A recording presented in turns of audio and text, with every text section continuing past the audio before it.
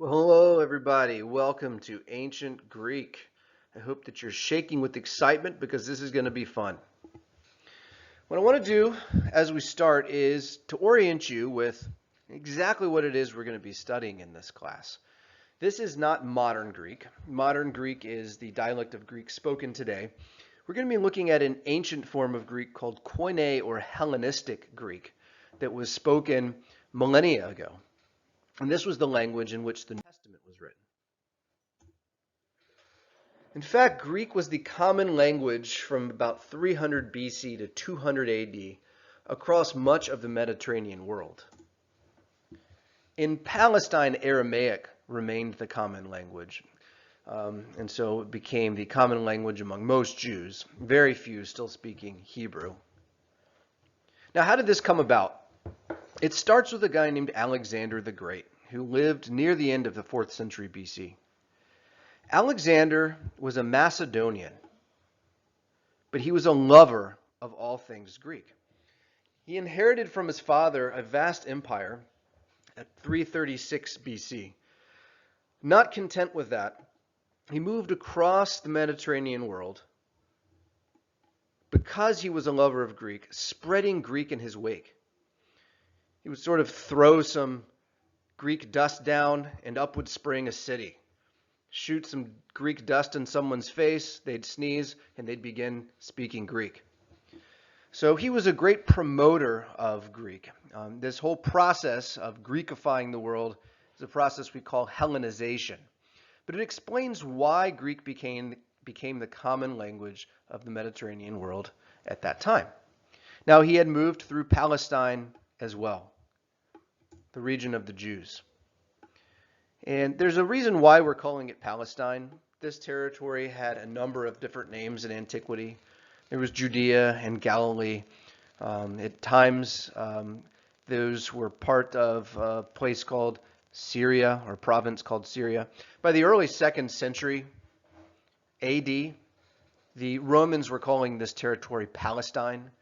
So scholars and historians referred to this region at that time usually as Palestine.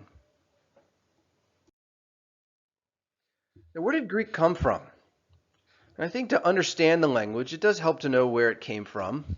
It came from a family of languages called Indo-European. Now, the story of how languages develop and evolve bears some resemblance to the story in the Bible, in Genesis, about the Tower of Babel. Now, you may know the story. The story is that all people spoke a common language. They were working together to build a tower that would reach heaven, which God thought was an attempt to move beyond human pay grade, so to speak. So he asked his council to go down and to confuse the languages, at which point everyone began speaking different languages, and they scattered. Now, looking at this as a historical linguist would, we can say that something not entirely unlike that happened. If you look at several ancient languages, Greek, Latin, Germanic, Slavic, Persian, and Sanskrit, they all bear an uncanny resemblance to each other. So Greek is spoken in this area, Latin in Italy, Germanic across Europe, Slavic further north and east, Persian further east, and Sanskrit still further east in India. Now, how do we know that these languages were related to each other? Let's look at the word for mother. The Greek word for mother was mater. Not meter, as it looks like, but mater. The word for mother in Latin was mater. Notice the resemblance. In modern German, Mutter. Of course, this is not ancient Germanic, but modern German, but you see the resemblance there nonetheless. So this could be explained in a number of ways, admittedly. It could mean that each of these borrowed from each other. It could also be explained a little differently, as we'll see in a second. The Romance languages, famously the Romance languages because they came from the Romans.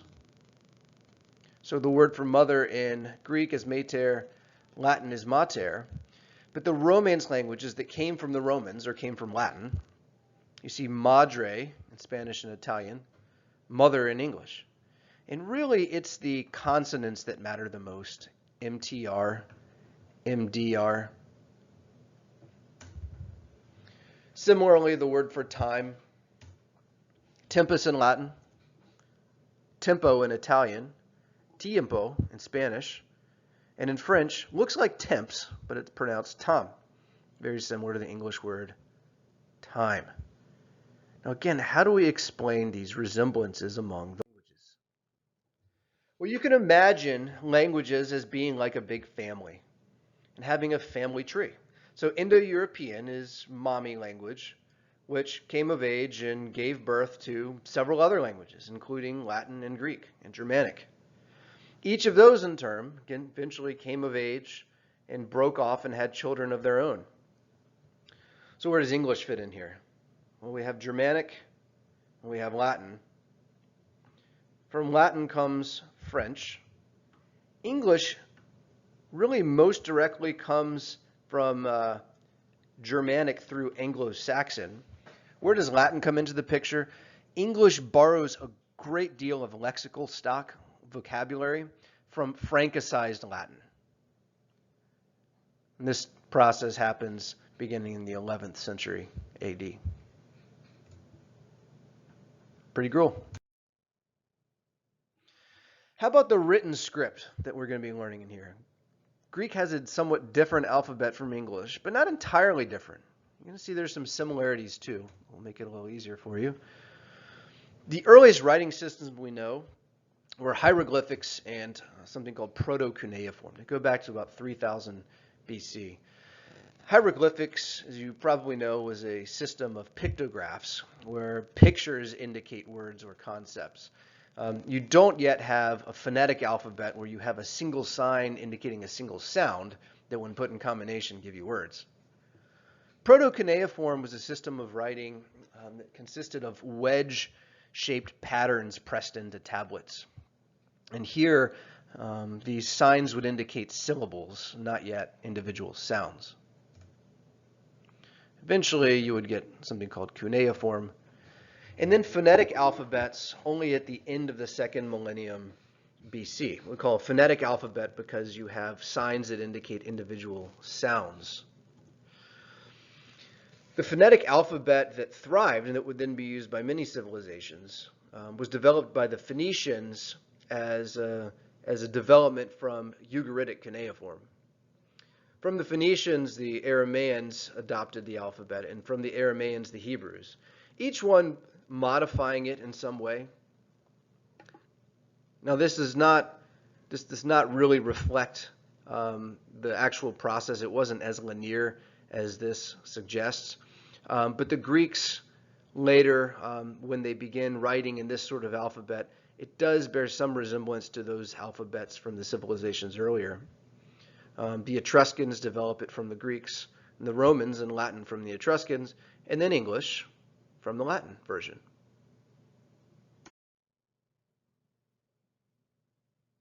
So I want you to start to get familiar with this geography. So this is North Africa, and what I'm outlining is the Mediterranean Sea, and Italy here, maybe the most recognizable feature, and Greece here, and Palestine here. Now, as I said, the Greek spoken today is modern Greek, a completely different dialect from the Greek spoken in ancient times. The earliest written forms of Greek we know go back to the second millennium BC. So pre-Homeric Greek used actually an entirely different kind of script, one called Linear A, and then another one later called Linear B. The earliest Greek that used something like the Greek alphabet we'll be studying comes in the Archaic period. There were several dialects of Greek during that period, the most famous of which was Ionic, which is closely related to a dialect called Attic. So this is the dialect in which Homer's songs or poems were written down.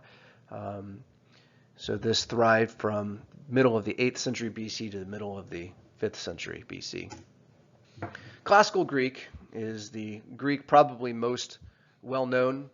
This is the Greek literature written by Athenians, and this is why we call it Attic Greek, by Athenians between about 450 BC and 330 AD. So this is the literature of Plato, Aristotle, Sophocles, so the comedians and the tragedians. And then finally we get to Hellenistic or Koine Greek, and I mentioned how this happened. It was Alexander the Great who was responsible for the vulgarization of Greek across the world, introducing Greek as a second or maybe in some cases third language to many people. So we have a more diluted form of Greek, not as sophisticated in most cases as the Greek of the classical or Attic authors of the 4th and 5th centuries. And then eventually the evolution of the language will cause, again, such drastic change that we can distinguish another dialect that we call Byzantine Greek that would flourish for over 1,000 years in the Eastern Roman Empire before, again, we have changes large enough to say we have something like modern Greek. So I mentioned that Koine Greek was a more vulgar version of Greek, and all this means is it's a everyday person's Greek. Vulgar simply means common.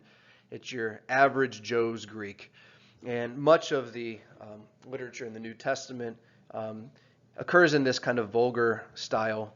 Mark, John, and Revelation. The sentences are simpler, the vocabulary is less expansive, and in the case of Revelation, you have grammatical incongruities that suggest probably that Greek was not the author's first language. There is, however, some very eloquent Greek in the New Testament.